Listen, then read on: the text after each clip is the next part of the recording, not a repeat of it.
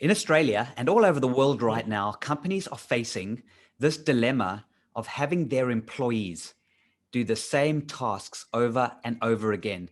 It's dull, it's repetitive, and it can be quite demoralizing for many staff who could be better used elsewhere. Now, a man who knows this only too well is Raja.pradeep, and he's going to be speaking us today about this issue of employees doing dull, repetitive tasks and how we can start to use amazing AI technologies and automation to solve this problem. Raja.pradeep, thank you so much for joining me on scottkandil.com. Thanks for having me here. It's a really important subject that a lot of organizations are concerned with right here, right now, because it has significant impact on attracting talent, retaining the right level of talent, and also attracting millennials and keeping them engaged. Because the reality is people get bored and disinterested if they have to keep doing mundane, repetitive tasks that don't challenge them and that don't upskill and learn new things. I completely agree. And this is something that we're starting to see happen as companies really look at their employees a lot closer and really say, how do we actually build our employees throughout the business? Now, in your experience, can you give us some examples of certain areas of businesses that are kind of stuck in this trap? Oh, absolutely. A lot of traditional businesses in banking and finance and insurance still seem to be stuck in that rut where you've got highly skilled graduates who've come out of university stuck behind a computer doing paperwork and mundane, repetitive work, filling out forms, doing invoicing, trying to work out how many billable hours you've got there.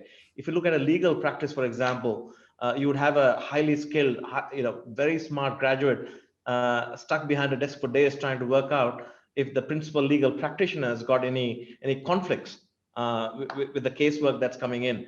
All of it work that can be automated so we can free up their time so that they can focus on strategic stuff that can bring real value. Now, Raja, you almost sound like this is something most businesses would think is coming in the future. Some kind of sci-fi movie where you've got robots doing the work of humans. Talk us through this process. I mean, the technology is available now. Is it this incredibly sophisticated AI? Is it some form of automation? Just talk us through the actual technology that's quite exciting. Spot on, spot on, spot. I mean, it's really funny because the minute you use the word robot in any sentence, it conjures up images of a bad robot out to destroy humanity and what have you.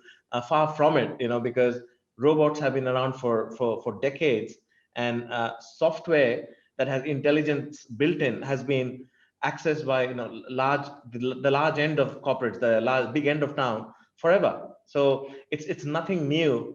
And even though in the back end there's a lot of sophistication in how these bots are built, from a user perspective, the biggest change has been that it's become simpler and easier to deploy them. So even a lay user with a bit of computer skills can quickly train a bot, get them to do all the repetitive, boring, mundane stuff that they don't want to do, and then focus their time and energy on something more creative. So in a sense, the rhetoric around the negative stuff about bots has got publicity, but the reality is that bots are there to help us, not destroy us. So you mentioned something really interesting, and this is important, I think. You mentioned that the user trains the bot. Now, normally what happens is a lot of people are scared to bring in technology because they feel it might replace them. Are you saying that the actual user of the bot trains the bot and works with the bot almost like it's their assistant? 100%. And where we have seen the biggest benefit, where we have seen organizations truly up their game, and to name a few examples, Amazon and Uber have been in the press recently. They've been talking about the process automation work that they've been doing in their business, and how they've been upskilling their millennial staff and their whole team as such. So where we found companies, whether they're in banking or legal, have got the best bang for buck, is pairing a human worker with a bot or a digital worker. So we believe that the workforce of the future is going to be a combination of a human worker and a digital worker. So the Wow. humans are not being replaced. You can say the humans are becoming superhuman or turbocharged because they've just been paired with a bot that's got artificial intelligence capabilities and machine learning built in, meaning they can make sense of things now without having to be trained to the nth degree. They can figure out exceptions.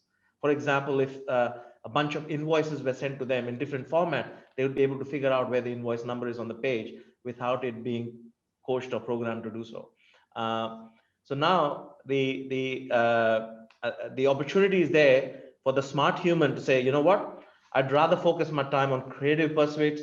And also, as humans, we need leisure time. As humans, we need to relax and recharge our batteries. We can't burn the candle at both ends because no one benefits, neither the human nor the organization, right? So you've got a bot here that can work 24/7, that doesn't take coffee breaks, doesn't fall sick. And if it's been trained right, the more artifacts that you push through the bot, the more accurate it becomes. So great opportunity for us as a planet to embrace bots, get them to do all the mundane stuff, the boring stuff that no one wants to do, and get humans to focus on what they're really good at, which is the creative side. Absolutely. I totally agree. And I think, though, one of the things that is holding a lot of businesses back from doing this right now is this concept of risk. And I think you've already half answered that question because you've already have a human working with the bot. But one of the things that scares people is that, okay, but what if the bot makes a mistake? What if the bot sends an invoice that forgets a zero or something like that, that a human would not make? But I guess humans do make mistakes. But you've half answered the question, but just alleviate the risk concern. Absolutely, Scott. That's a really valid point, and that's a valid concern that a lot of organizations who have a high risk profile do share. And there's a couple of ways to combat that. One way is to have something called attended automation, meaning you let the bot run, say 90% of the process, and the last bit can be done by a human who can then look over the work the bot has done. So that's another level of quality control that you can add if you're not sure that the bot's done a great job or not, right? So that's one piece. The other way you can mitigate this risk is let a human run that process, run the last bit of that process, the last mile, and do the checking, and then analyze the stats over, say, 1, 2, or 3 months. And what you'll find is the bots become smarter and cleverer because it's got AI built in. So it makes less and less mistakes as time goes on. And once the error rates become zero, then you can trust the bot to do the whole thing end to end, which is total unattended automation. But what we tell our business partners, our colleagues, our peers in the industries is that, look, even if you've got a bot doing 80, 90% of the grunt work, you're still saving time and money. Hmm. Right? Hugely. So there's still a massive uplift in efficiency. Um, and one bot can be trained across multiple divisions and multiple departments, meaning multiple processes. So if a bot's working on a marketing process in the morning, it could be working on a litigation process in the afternoon and an invoicing process at night. So you're not limited to having just one bot for one process. A bot can be built out across multiple functions. It sounds incredibly exciting. It really does. And what is the first step then that you will take within a company? Do you have to analyze? Do you sit down, do a workshop? Do you do some kind of feasibility needs analysis? When you sit with a client for the first time, what are the first questions that you ask? The most important question, the fundamental question is what value does the organization get if we were to automate this task? If they were to automate a certain task, what's the ROI? How much money can they save? How much time can they save? For example, if a particular process were to run 10,000 times and you've got 5 people working on that particular process, if we were to automate half of that, you've saved heaps of time, and you can put those people to better use, doing something more creative, for example. And there's a feasibility analysis piece that we do where we run discovery processes on discovery bots on each process. These bots come back with exactly how these processes work. And then first we focus on optimizing the process and simplifying it, and then apply automation or apply bots to automate it. It's really interesting. So in other words, what you do is you let the bots check out the process for themselves, stand back and watch, and learn a little bit and then come back with a result, and then you can start to implement. So actually the bots are actually learning their own jobs. That's a very good point. Come to think of it, that's a really good way to think of it. But absolutely. So the bots, just like humans interacting with systems, take their time in understanding, how the process maps out end to end, and then once the process has been discovered, then we can figure out an optimal way to use them uh, to speed up and make the process more efficient. This is fascinating. So wherever you are in the world, Australia or elsewhere, thank you for joining us today on scottkundle.com.